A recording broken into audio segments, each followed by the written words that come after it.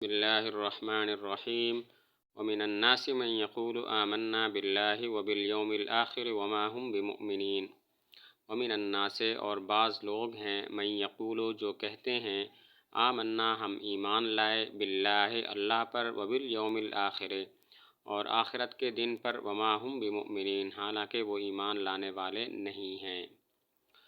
یہ آیت منافقین اور ان کے ساتھیوں کے بارے میں نازل ہوئی جو کہتے تھے کہ ہم ایمان لائے ہیں، حالانکہ وہ ایمان لانے والے نہیں تھے، صرف زبان سے اپنے ایمان کا دعویٰ کرتے تھے۔ الناس کس سے ماخوذ ہے؟ اس میں دو قول ہیں۔ ایک قول یہ ہے کہ یہ انس سے ماخوذ ہے، لوگ ایک دوسرے سے مانوس ہوتے ہیں، اسی وجہ سے ان کو ناس یعنی انسان کہتے ہیں۔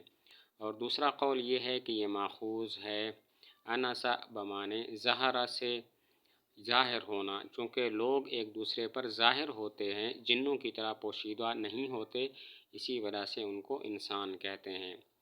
الناس کس سے ماخوذ ہے؟ دو قول ہیں۔ نمبر ایک انس سے، چونکہ لوگ ایک دوسرے سے مانوس ہوتے ہیں، اسی وجہ سے ان کو الناس انسان کہتے ہیں۔ اور دوسرا قول یہ ہے کہ یہ ماخوذ ہے انسا بمعنی ظہرہ کے، لوگ ایک دوسرے پر ظاہر ہوتے ہیں، جنوں کی طرح پوشیدہ نہیں ہوتے، اسی وجہ سے ان کو ناس کہتے ہیں، انسان کہتے ہیں۔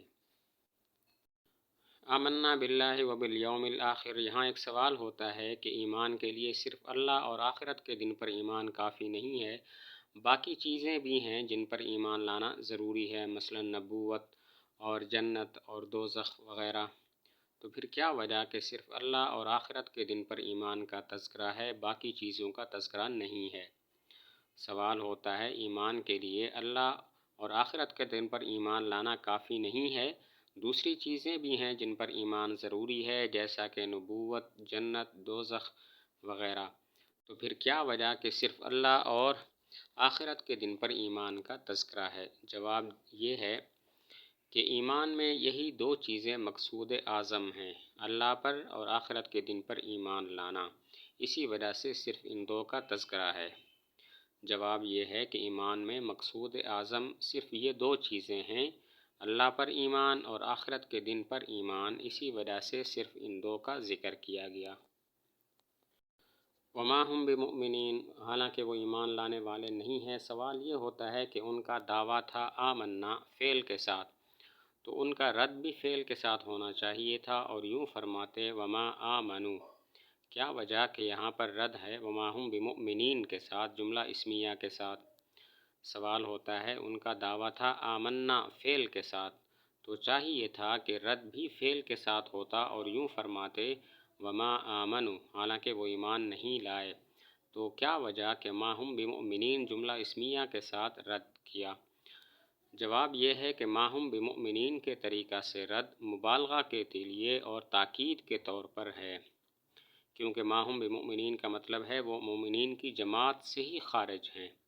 اگر فرماتے ما آمنو تو اس کا مطلب ہوتا وہ ایمان نہیں لائے زمانہ ماضی میں، اس میں زیادہ مبالغہ اور تاکید نہ ہوتی۔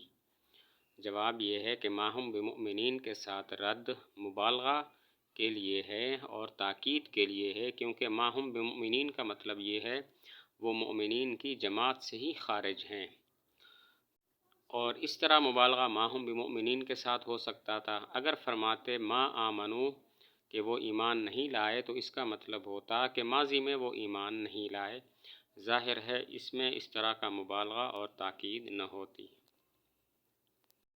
یخادعون اللہ، وہ دھوکہ دیتے ہیں اللہ کو، والذین آمنوا، اور ان لوگوں کو جو ایمان لائے، وما یخدعون، اور وہ دھوکہ نہیں دیتے الا انفسہم مگر اپنے آپ کو، وما یشعرون، اور وہ شعور نہیں رکھتے۔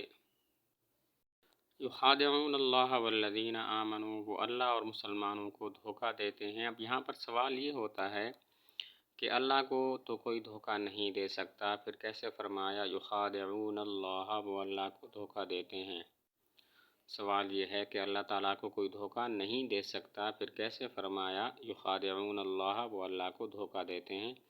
جواب یہ ہے کہ اللہ مضاف الیہ ہے، اس کا مضاف معذوف ہے جو کہ رسول ہے، اصل میں ہے یخادعون رسول اللہ، وہ اللہ کے رسول کو دھوکہ دیتے ہیں۔ اور باقی یخادعون اللہ اس لیے فرمایا کہ رسول اللہ کا نائب ہوتا ہے۔ رسول کو دھوکہ دینا ایسے ہے گویا کہ اللہ تعالیٰ کو دھوکہ دینا۔ جیسے ارشاد ہے من یطع الرسول فقد اطاع اللہ، جو رسول کی اطاعت کرے اس نے گویا اللہ کی اطاعت کی ہے۔ جواب یہ ہے کہ اللہ مضاف الیہ ہے، اس کا مضاف محذوف ہے جو کہ رسول ہے۔ اصل میں ہے یخادعون رسول اللہ، وہ اللہ کے رسول کو دھوکہ دیتے ہیں۔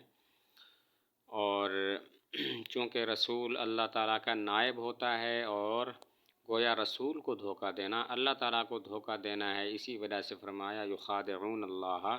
جیسا کہ اور جگہ ارشاد ہے من یطع الرسول فقد اطاع اللہ، جو رسول کی اطاعت کرے اس نے گویا اللہ کی اطاعت کی۔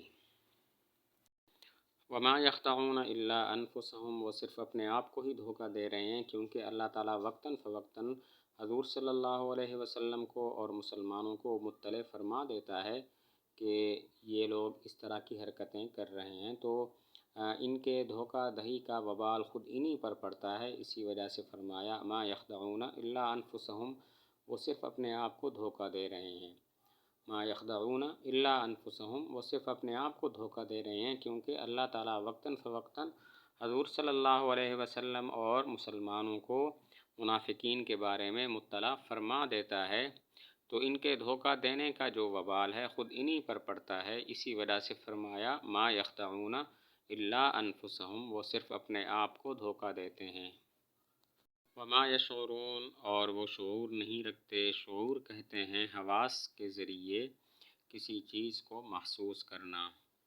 مطلب ہے کہ وہ اپنے گناہوں میں اور غفلت میں اتنے منہمک ہیں کہ انہیں اتنا بھی احساس نہیں ہو رہا کہ اس دھوکہ دینے کا وبال خود ہم پر ہی پڑنے والا ہے۔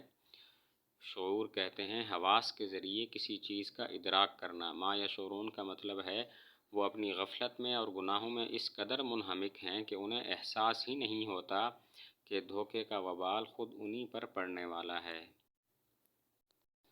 فی قلوبہم مرض، ان کے دلوں میں بیماری ہے۔ فزادہم اللہ مرضا، پس اللہ نے بڑھا دیا ان کو مرضاً بیماری میں۔ ولہم عذاب علیم، اور ان کے لیے دردناک عذاب ہے۔ بما کانوا یکذبون، اس وجہ سے کہ وہ جھوٹ بولتے تھے۔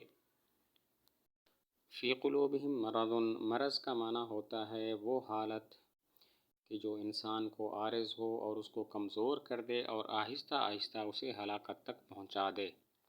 مرض کہتے ہیں وہ حالت جو انسان کو کمزور کر دے اور آہستہ کمزور کر دے، حد اعتدال سے خارج کر دے اور آہستہ آہستہ اسے ہلاکت تک پہنچا دے۔ مرض کا اطلاق جس طرح حسی بیماری، جسمانی بیماری پر ہوتا ہے، نفسانی اور روحانی بیماری پر بھی ہوتا ہے، جیسے جہل، حسد وغیرہ۔ یہاں پر مرض سے مراد ہے نفسانی اور روحانی بیماری۔ مرض کا اطلاق جس طرح جسمانی مرض، جسمانی بیماری پر ہوتا ہے، اسی طرح نفسانی اور روحانی بیماری پر بھی ہوتا ہے، جیسے جہل، حسد، کینہ وغیرہ۔ اور یہاں پر مراد نفسانی بیماری ہے۔ باقی نفسانی بیماری، روحانی بیماری کو مرض اس لیے فرمایا کہ جس طرح جسمانی بیماری صحت سے مانع ہوتی ہے اور ہلاکت میں ڈال دیتی ہے، اسی طرح جو روحانی بیماری ہے وہ بھی فضائل کے حاصل کرنے سے مانع ہوتی ہے اور ہمیشہ کی ہلاکت تک پہنچا دیتی ہے۔ نفسانی بیماری، روحانی بیماری کو مرض اس لیے فرمایا کہ جس طرح جسمانی بیماری صحت سے مانع ہوتی ہے اور ہلاکت تک پہنچا دیتی ہے، اسی طرح نفسانی بیماری بھی فضائل سے مانع ہوتی ہے اور ہلاکت ابدی تک، ہمیشہ والی ہلاکت تک پہنچا دیتی ہے۔ فزادہم اللہ مرضا، اللہ نے ان کو زیادہ کر دیا بیماری میں۔ یہاں پر دو صورتیں داخل ہیں۔ نمبر ایک، جو قرآن کی آیات نازل ہوتی جاتی تھیں وہ انکار کرتے، اسی طرح ان کا مرض بڑھتا جاتا تھا۔ اور نمبر دو، اللہ تعالیٰ ہمیشہ حضور صلی اللہ علیہ وسلم اور مسلمانوں کی مدد فرماتے اور جس کی وجہ سے وہ کڑتے رہتے اور ان کے دلوں کی بیماری بڑھتی رہتی۔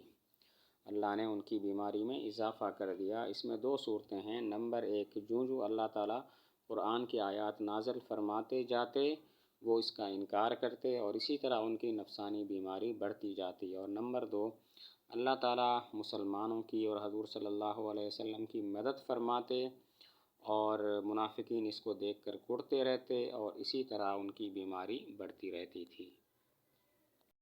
وَلَهُمْ عَذَابٌ عَلِيمٌ بِمَا كَانُوا يَكْذِبُونَ، ان کے لیے دردناک عذاب ہے اس وجہ سے کہ وہ جھوٹ بولتے تھے۔ یہاں پر قرأتیں دو ہیں، ایک یکذبون اور ایک یکذبون۔ اگر یکذبون ہو تو پھر مطلب ہوگا وہ دعوی آمنا میں جھوٹے تھے، اپنے آمنا کہ ہم ایمان لائے اس دعویٰ میں جھوٹے تھے، اسی وجہ سے ان کے لیے دردناک عذاب ہوگا۔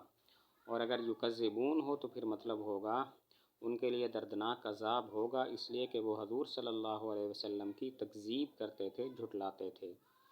یہاں پر قرأتیں دو ہیں، بما کانوا یکذبون اور یکذبون۔ اگر یکذبون ہو تو پھر مطلب ہوگا وہ اپنے اس دعوی آمنا ایمان والے دعویٰ میں جھوٹے تھے، اسی لیے ان کے لیے دردناک عذاب ہے۔ اور اگر یکذبون ہو تو پھر مطلب ہوگا وہ حضور صلی اللہ علیہ وسلم کو جھٹلاتے تھے، اسی وجہ سے ان کے لیے دردناک عذاب ہوگا۔